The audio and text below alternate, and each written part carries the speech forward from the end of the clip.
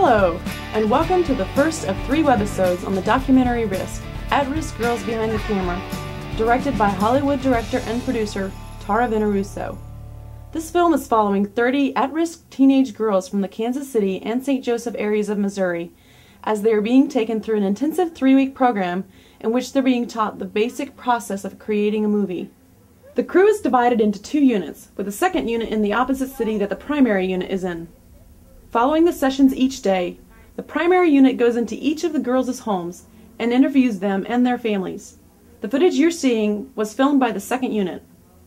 The girls arrived June 11 on the campuses of Missouri Western State University and University of Missouri in Kansas City, and their faces reflected the nervousness they felt. Everyone was introduced, including guest teachers Stephen Veneruso, Rosanna Jaron, and Lisa Marie Evans, who each have backgrounds in the film industry. The girls were paired with mentors and gathered in their classrooms. They began to relax and soon became very engaged as they were taught the first basic element of a film, the story. Throughout the week, they learned more about visual storytelling and discussed genre.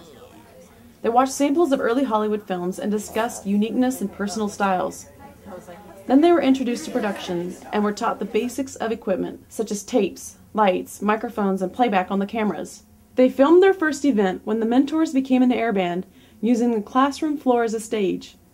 They also created a public service announcement on a social issue of their choice, allowing them to reflect on positive and negative influences in their lives. They learned techniques about avoiding shadows and unwanted objects, and also discussed storyboarding and camera angles.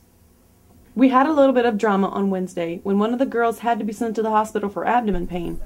Thankfully, she left just a few hours later and was able to come back to the program. We've been very lucky to have many sponsors and have received generous donations from the community.